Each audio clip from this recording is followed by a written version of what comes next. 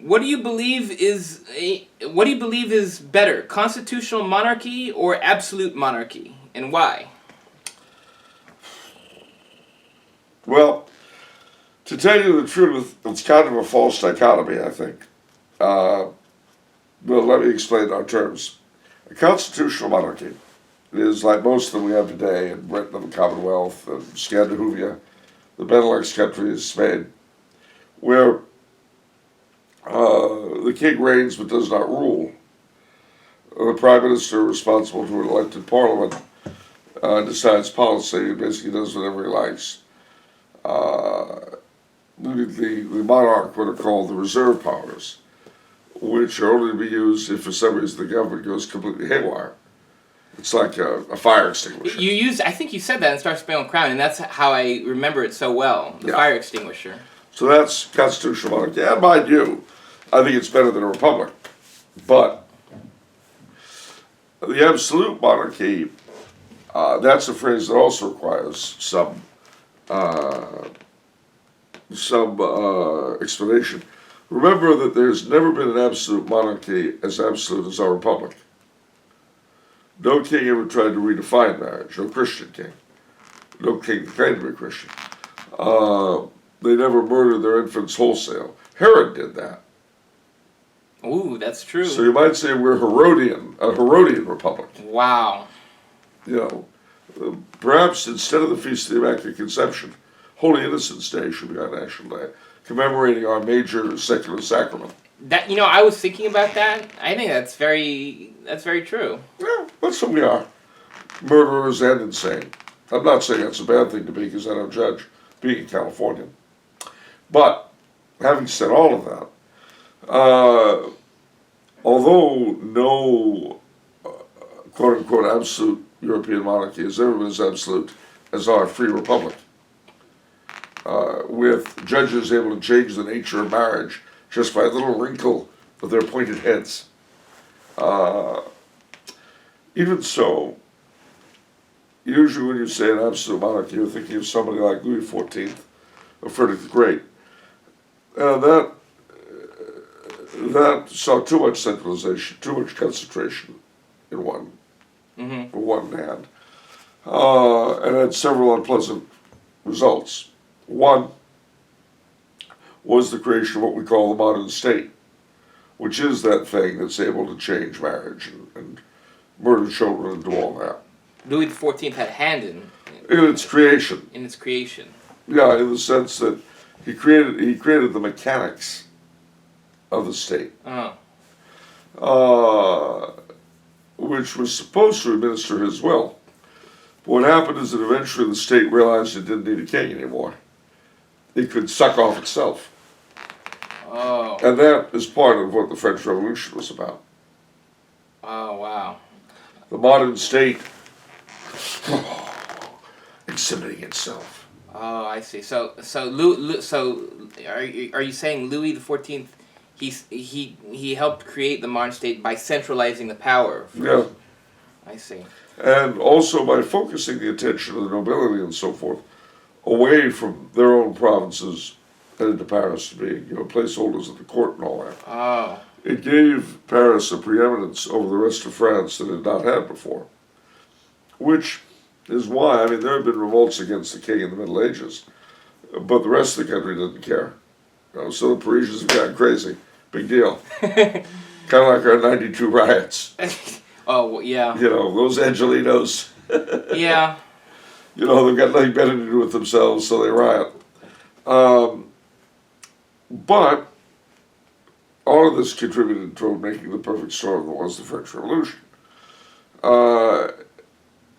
What I favor is something approaching the medieval model of a king with real administrative power, like our president, mediating between the various subsidiary bodies of society, and all of it guided by a dominant philosophy, in this case the Catholic Church, in my book.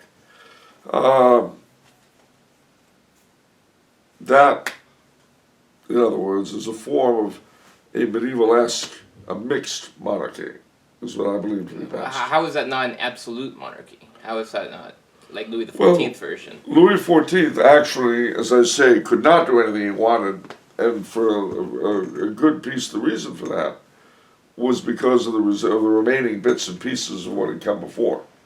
See, the medieval state was not really a state in the sense of how we think of it. There was no Bureaucracy. secret police, Oh, no huge bureaucracy, yeah. no internal revenue, not the stuff we need to be guided along. Otherwise, we'd all go nuts and we'd start murdering babies and having 3 genders and stuff. Fortunately, we have masters who keep us on the straight and narrow. Anyway, see what you really. My sickness has allowed you room to do all kinds of weird stuff. Yeah, I'm taking advantage. Yeah, I see that. Opportunistic. Yeah, I'll say, not unlike my cold. Anyway, as we were saying, horrible thing. As we were saying, the mixed system, which I call it medieval, but it's really not stuck at any particular time. But the idea of power in the state, in society, being very diffuse, and authority being very concentrated. What this would look like, in a lot of ways, if you can imagine our presidency being a crowned king. The president can't do anything he wants. He can do a lot more than a king can, because we vote for him. And that gives us the illusion of some kind of control. Yeah. So we accept a level of bossship from our master, our president, that we would not from an hereditary king, which is paradoxical. Yeah. But if you could imagine a king simply with precisely the powers of the president given in the Constitution, someone who, on the one hand, would determine policy, but on the other hand, if there were any extraordinary expenses required, would have to call the representatives of the people being taxed to give their consent to tax them. Yeah. That's the kind of thing I'm talking about. Mm-hmm. So you see, it's not really either absolute or constitutional. I see. Okay. But you'll find all about that if you read my book. Oh, is this a plug? Oh, yep. Oh, heavens to Betsy, a plug. Star Spangled Crown, Charles Coulombe. That's the one. There it is. And if you read it, ladies and gentlemen, if you order it today, read it and finish it within 2 weeks, you'll have completed the whole book. Yes, they would. I had to think about that for a second. Oh, you thought I was going to make some kind of offer on my own. No, I know who I work for. I ain't offered nobody nothing. You scared me for a second. No. You scared me a second. Limited time. No. I do what my bosses tell me. I'm like Dr. Phil to Oprah. Yeah, there you go. Please don't hurt me again. Poor Dr. Phil. Well, he's going to be a great chief of staff of the White House. No, don't say that. Don't joke about that. Don't do that. See, this is what I'm telling about, ladies and gentlemen. Where's your patriotism? Oprah represents who we are as a people. Nasty, silly, overdone. So therefore, if I don't support Oprah, I'm not patriotic? No, you're an American. Wow. You're some sort of foreigner. You're going to land yourself a job on a political team. I'm here for you, Oprah. You bet. You just let me know if you need a boss on the South Side. I'm here for you.